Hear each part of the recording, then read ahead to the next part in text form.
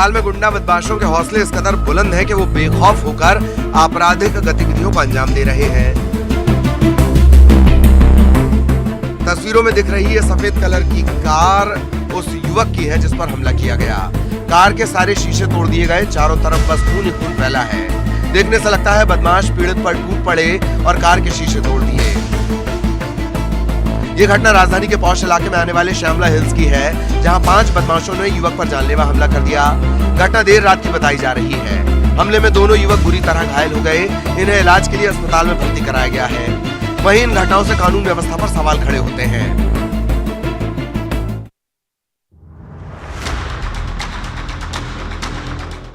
भोपाल में शराब तस्करों के हौसले बुलंद हैं। वो पुलिस को चकमा देने के लिए नया तरीका अपना रहे हैं। शराब तस्कर पुलिस को झकाने के लिए अब लग्जरी गाड़ियों का इस्तेमाल कर रहे हैं। इस बात का खुलासा भोपाल क्राइम ब्रांच की रिपोर्ट में हुआ है। क्राइम ब्रांच के अधिकारियों ने भी इस बात को कबूला है। आरोपी मान रहे हैं कि पुलिस की नजर लग्जरी कारों पर नहीं रहती, इसलिए वो तस्करी के लिए उन्होंने ये तरीका अपनाया है। भोपाल क्राइम ब्रांच के आंकड़े के अनुसार साल 2022 में आबकारी एक्ट के तहत 12 मामले दर्ज किए गए। इन 12 मामलों में लाखों की अवैध शराब जब्त की गई। शराब की तस्करी करने वाले 24 से ज्यादा आरोपियों को गिरफ्तार भी किया। इस कार्रवाई के बीच चौंकाने वाला तथ्य ये सामने आया कि अधिकांश मामलों में शराब की तस्करी करने वाले आरोपियों ने लग्जरी गाड़ियों का इस्तेमाल किया। पुलिस ने गाड़ियों को भी जब्त किया। क्राइम ब्रांच की ओर से दर्ज किए गए 12 मामलों में 6 से ज्यादा में लग्जरी कार से शराब की सप्लाई की जा रही थी। क्राइम ब्रांच ने अवैध शराब तस्करी में लग्जरी गाड़ियों के इस्तेमाल का खुलासा किया है।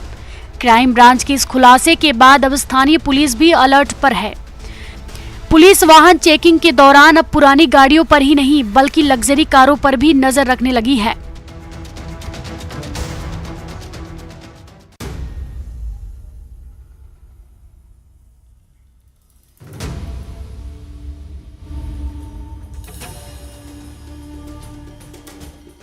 बिलासपुर के पुष्कर पेट्रोल पंप पर कर्मचारी अपने काम में व्यस्त थे। उसी समय बाइक सवार 3 नकाबपोश युवक यहां पर पहुंचे। बाइक से उतरते ही हाथ में कट्टा रखे युवक ने हड़बड़ाहट में जमीन में फायरिंग कर दी। गोली चलने की आवाज सुनते ही मौजूद कर्मचारी भी दहशत में आ गए, इधर उधर भागने लगे। लुटेरे कैश काउंटर में घुसने की कोशिश कर रहे थे, लेकिन युवक अंदर नहीं जा पाए। कुछ देर बाद वहां से भाग निकले। जैसे ही बाइक सवार बदमाश वहां से भागने लगे, तब कर्मचारियों ने पेट्रोल पंप मालिक नवल किशोर और संजय अग्रवाल को इस घटना की जानकारी दी।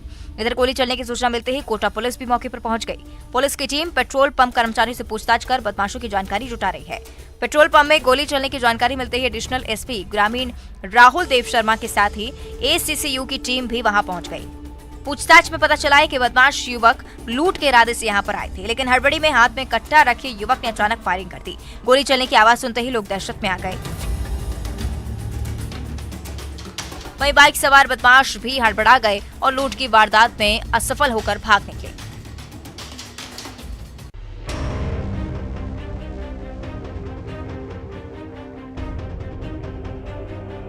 उज्जैन में ठगों ने एक टायर व्यापारी को निशाना बनाया है।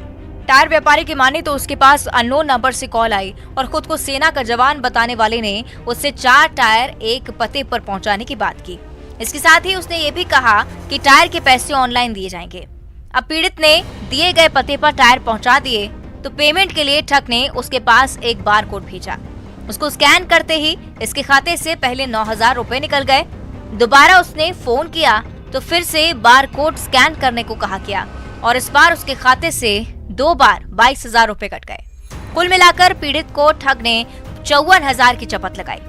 दरअसल बजरंग नगर निवासी हर्ष जायसवाल की कृषि उपज मंडी के सामने जय महाकाल के नाम से टायर की दुकान है। सोमवार को अज्ञात व्यक्ति ने फोन कर अपने आप को आर्मी मैन बताकर स्कॉर्पियो कार के 4 टायर खरीदने के लिए कॉल किया। सौदा हो जाने पर उसने टायर देवास रोड के नागझीरी स्थित संसार पब्लिक स्कूल भेजने को कहा। हर्ष ने 4 टायर ऑटो में लोड कर नागझीरी के स्कूल भेज दिए।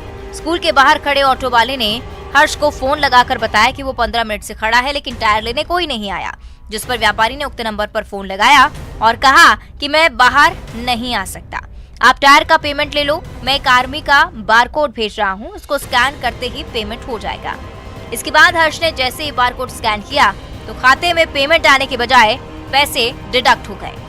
फिलहाल पुलिस ने मामला दर्ज कर लिया है।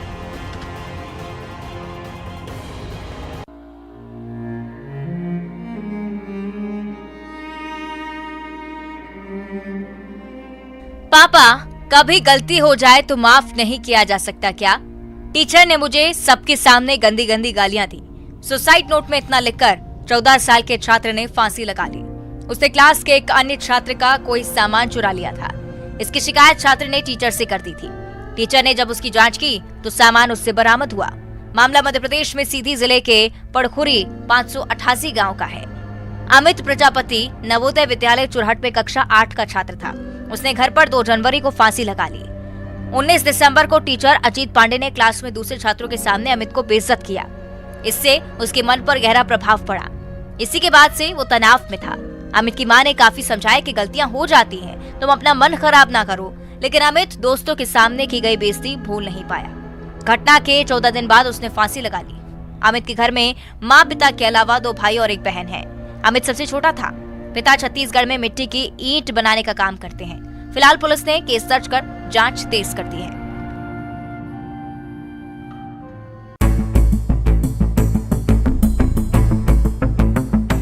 आगरमालवा में डिटर्जेंट की थैलियों में भरकर बड़ी मात्रा में तस्करी किया जा रहा अवैध मादक पदार्थ डूडा चूरा पुलिस ने पकड़ लिया है। कोतवाली पुलिस ने नाकाबंदी कर करीब 375 किलो डोडा चूरे के साथ 2 आरोपियों को गिरफ्तार किया, जिसकी कीमत 37 लाख से ज्यादा बताई जा रही है। ट्रक के साथ पकड़े गए दोनों आरोपी पंजाब के बताए गए हैं। पुलिस को मिली प्राथमिक जानकारी के अनुसार आगरमालवा से पंजाब में इस मादक पदार्थ की तस्करी की जा रही है। आगरमालवा एसपी राकेश सागर ने इसका खुलासा किया है। पुलिस ये पता लगा रही है कि माल आखिर कहां से कहां तक ले जाया जा रहा था और उसके मुख्य आरोपी कौन है।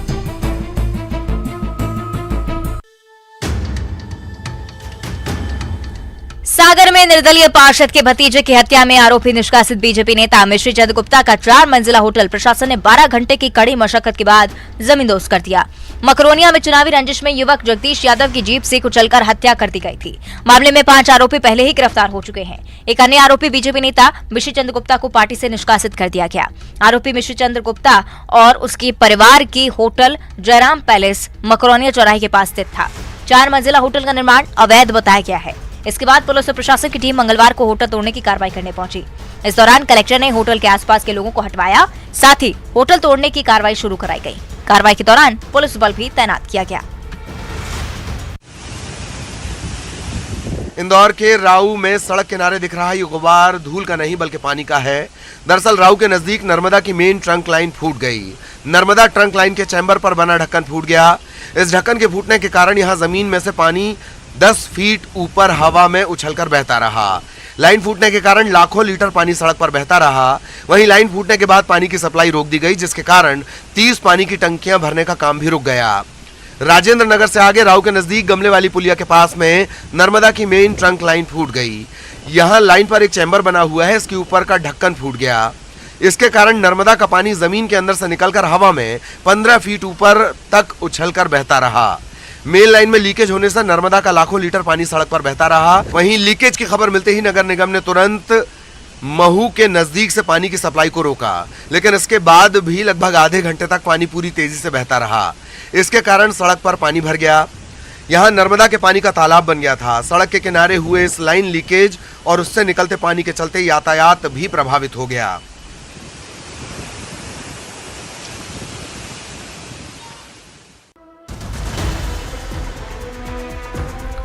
तस्वीर आगरमालवा से है, जहां तहसीलदार की अफसरी का खामियाजा बच्चों और गर्भवती महिलाओं को भुगतना पड़ा। मामला रामपुर भुंडवास गांव के आंगनबाड़ी केंद्र का है, जहां निरीक्षण करने आए तहसीलदार ने नाराज होकर ताला लगवा दिया और कहा कि जब तक वे ना कहें ताला ना खुलवाया जाए। इस कारण गर्भवती महिला और बच्चे बाहर ही रहे। तहसीलदार से जब इसको लेकर सवाल किया गया तो कैमरे के सामने न आने की शर्त पर उन्होंने कहा कि आंगनबाड़ी केंद्र पर निरीक्षण के लिए वो पहुंचे थे तो वहां पर कोई नहीं था। जानकारी लेने पर बताया गया कि बच्चे घर वापस जा चुके हैं। उपस्थित पंजी भी उपलब्ध नहीं कराई गई है। ऐसे में व्यवस्था सुधारने के लिए उसे लॉक किया गया था। इसके बाद जब परियोजना अधिकारी केंद्र पर पहुंची तब जाकर कहीं ताला खुला और गर्भवती महिलाओं को सामग्री का वितरण हो सका।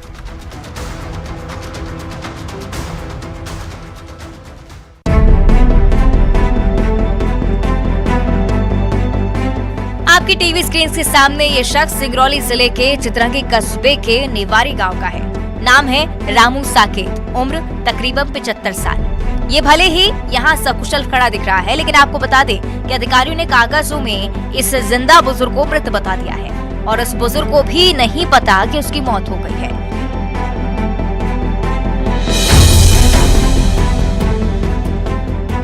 दरअसल इसका खुलासा तब हुआ जब बुजुर्ग ने सरकार से अपने लिए जमीन की मांग की, क्योंकि ये भूमिहीन है। जैसे ही ये आवेदन जिम्मेदार अधिकारी के पास पहुंचा, उन्होंने बताया कि इस नाम का व्यक्ति तो काफी पहले मर चुका है। वो गिड़गिड़ाता रहा और बताता रहा कि मैं खुद सामने खड़ा हूँ, लेकिन अधिकारी मानने को तैयार नहीं हुए।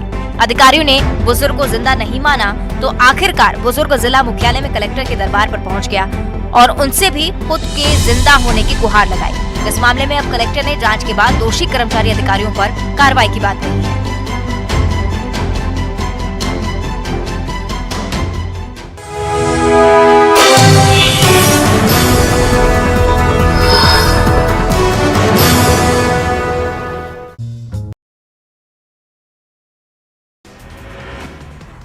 बीजेपी नेताओं ने दी गिरफ्तारी। नारायणपुर जाने की जिद पर थे अड़े, अधिकारियों के समझाने के बाद भी नहीं माने नेता।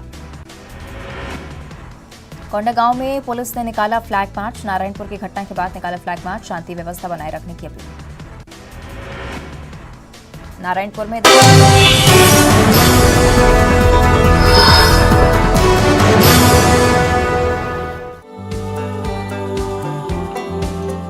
खान पान के मामले में समृद्ध बिहार में यूं तो कई मशहूर व्यंजनों के नाम आते हैं, लेकिन ठंड के समय यहाँ सबसे ज्यादा पिट्ठा को पसंद किया जाता है।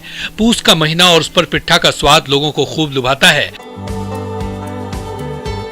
यह मगध का लजीज व्यंजन है, जिसे जाड़े के पूस के माह में भी खाया जाता है। मगही क्षेत्र के लोगों का प्रिय और पौष्टिक व्यंजन है। यह यूं कहे कि लोग इसके स्वाद के लिए क्रेजी हैं। इसे धान के पहले फसल से प्राप्त चावल के आटे से ही इसे बनाया जाता है, जिसमें एक अलग ही मिठास होती है। पिट्ठा कई प्रकार के बनाए जाते हैं। लोग अपनी पसंद के अनुसार इसे अलग अलग तरीके से बनाते हैं, लेकिन ज्यादातर लोग खोआ, गुड़, बादाम और तीसी तिल का पिट्ठा पसंद करते हैं। इसकी तासीर भी गर्म होती है, जो ठंड में रोग प्रतिरोधक क्षमता को भी बढ़ाता है। जाड़े में यह शरीर को गर्मी देता है और साथ ये काफी हेल्दी होता है। लोग पूस के महीने में इसे खूब बनाकर खाते हैं और दूसरों को भी खिलाते हैं।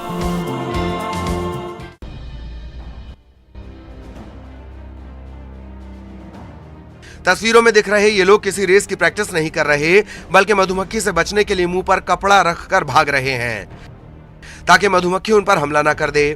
हालांकि धमतरी के प्रशासनिक भवन कंपोजिट बिल्डिंग से मधुमक्खी के 13 छातों को हटा दिया गया, जिससे सरकारी कर्मचारी और आम लोगों को राहत मिली है।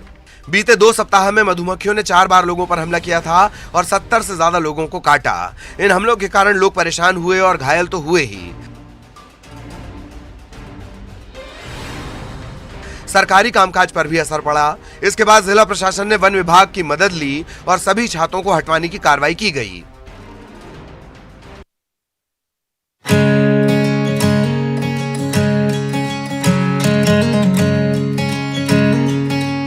खरगोन को नए साल में नगर पालिका ने नीम कॉरिडोर से ग्रीन सिटी के रूप में डेवलप्ड करने का लक्ष्य रखा है। कलेक्टर कुमार पुरुषोत्तम के निर्देश पर नगर पालिका परिषद खरगोन शहर को महानगरों की तर्ज पर विकसित करने की तैयारी कर रहा है।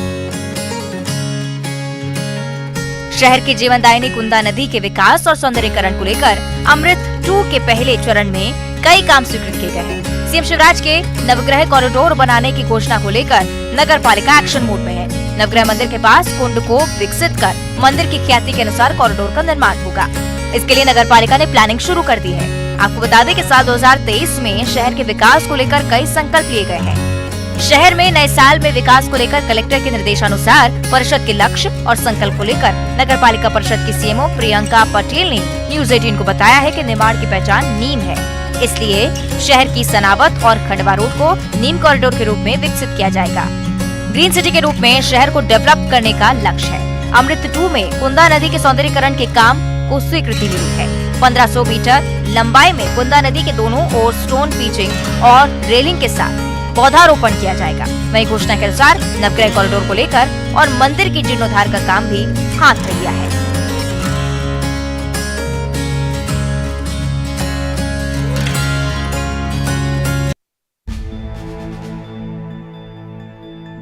भोपाल में inter cricket press club tournament का शुभारंभ किया गया। सीएम शिवराज ने टूर्नामेंट का शुभारंभ किया। जब बात क्रिकेट की हो तो भला सीएम शिवराज कैसे पीछे रह सकते हैं। सीएम शिवराज ने भी क्रिकेट खेला।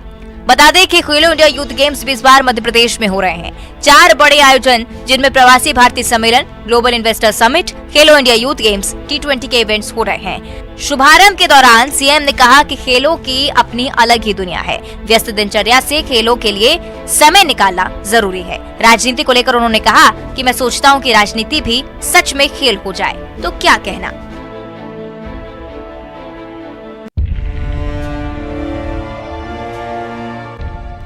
सीधी में पुलिस कर्मियों ने मानवता की मिसाल पेश की है। ये तस्वीर निमाड़ क्षेत्र की है, जहां एक आदिवासी परिवार बुजुर्ग महिला का शव खाट पर लेकर गांव जा रहा था। रास्ते में जैसे ही भुईमाड़ पुलिस ने देखा, तुरंत ही गाड़ी से शव को गांव पहुंचाया। बताया जा रहा है कि बुजुर्ग महिला दामाद के घर गई हुई थी और उसका निधन होने के बाद परिजन उसे उसके गांव वापस ला रहे थे।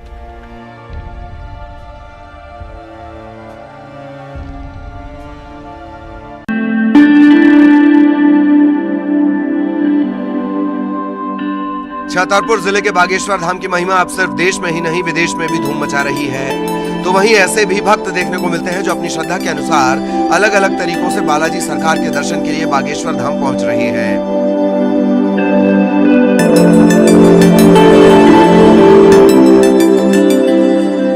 ऐसी एक तस्वीर को देखकर आप हैरान हो जाएंगे। ये भक्त लगभग 800 किलोमीटर दूर उत्तर प्रदेश के संभल जिले से बागेश्वर धाम पहुंचा है। इस भक्त की खास बात यह है कि इसका बिछौना कीलों का है और कीलों के बिछौने पर लेटते हुए दंड भरते हुए बागेश्वर धाम के स्वागत द्वार से बागेश्वर धाम तक 7 किलोमीटर का सफर कीलों पर तय कर बालाजी सरकार के चरणों में अपनी अर्जी देने के लिए ये पहुंचा है। ये भक्त उत्तर प्रदेश के संभल जिले के हीरापुर गाँव का रहने वाला सोमपाल सिंह है। इसका कहना है कि मेरे मन में श्रद्धा है, दिल में मनोकामना है वो पूरी हो जाए, इसीलिए कीलों पर लेटकर जा रहा हूँ। पिछले 6-7 महीनों से बागेश्वर धाम से जुड़ा हूँ। इससे पहले भी सोमपाल 4 बार धाम आ चुका है।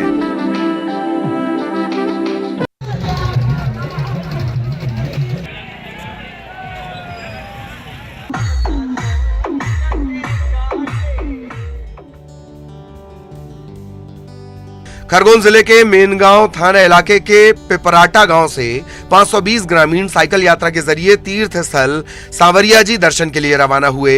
इस दौरान भजन कीर्तन और जयकारों से गांव गूंज उठा। धार्मिक यात्रा को रवाना करने के दौरान ग्रामीणों का जन सैलाब उमड़ पड़ा। करीब 425 किलोमीटर की धार्मिक यात्रा को श्रद्धालु 4 दिन में पूरा करेंगे।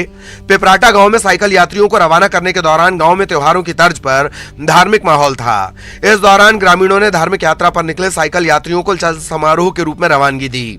स्थानीय दुर्गा माता मंदिर में पूजा अर्चना के बाद सभी साइकिल यात्री सांवरिया के दर्शन के लिए रवाना हुए। 17 साल पहले ग्रामीण छोटू कुशवाहा ने साइकिल से धार्मिक यात्रा की शुरुआत की थी। हर साल ये कारवां बढ़ता गया। इस यात्रा में 4 जिले के श्रद्धालु शामिल हैं। सुख, शांति, समृद्धि की कामना के साथ कोरोना मुक्ति की ये श्रद्धालु प्रार्थना करेंगे। बर्फीली हवाओं से गलन बढ़ने के बाद वाराणसी के सारनाथ मिनी जू के वन्य जीवों की सुरक्षा बढ़ा दी गई है। यहाँ वन्य जीवों को दाने के साथ गुड़ दिया जा रहा है। वहीं जलचर पक्षियों के बाड़े में टाट पुआल लगाकर पुख्ता इंतजाम किया है। जू के डियर पार्क में चीतलों, काले हिरणों को ठंड से बचाने के लिए पेड़ों और टीन शेड के नीचे पुआल और टाट लगाया है। इसके साथ ही पक्षियों के बाड़े को ग्रीन टाट और बोरे से ढका गया है।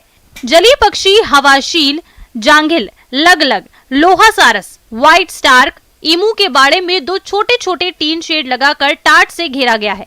इसके साथ ही वन्य जीवों के मेनू चार्ट में भी बदलाव किया है। चीतल और काले हिरन को गेहूं, मक्का, ज्वार, चना के साथ गुड़ और जलीय पक्षियों को मेन्यू में छोटी मछलियों के साथ गाजर, पपीता, सेब शामिल किया गया है। ऑस्ट्रेलिया के एमू पक्षी को ब्रेड, पालक, गाजर, टमाटर खिलाया जा रहा है। इसके शरीर में गर्मी बनी रहती है। मिनी जू के प्रभारी ने बताया कि वन्य जीवों के ठंड से बचाव के लिए पूरे इंतजाम कर लिए गए हैं।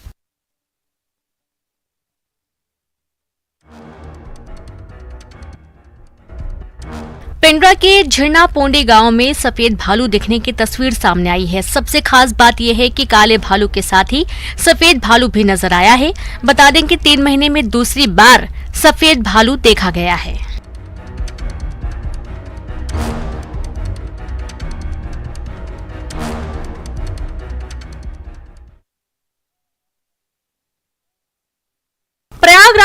कालिंदी तट युगों से अपनी पहचान को संजोए हुए है। 100 साल से अधिक पुराना पुल सिर्फ नदी के दो छोर नहीं मिलाता, बल्कि दौड़ती भागती जिंदगी को शीतल एहसास से भर देता है। करीब 1 किलोमीटर का ये पुल खत्म होते ही चारों तरफ सुगंधित बयार से मन मस्तिष्क प्रफुल्लित हो उठता है।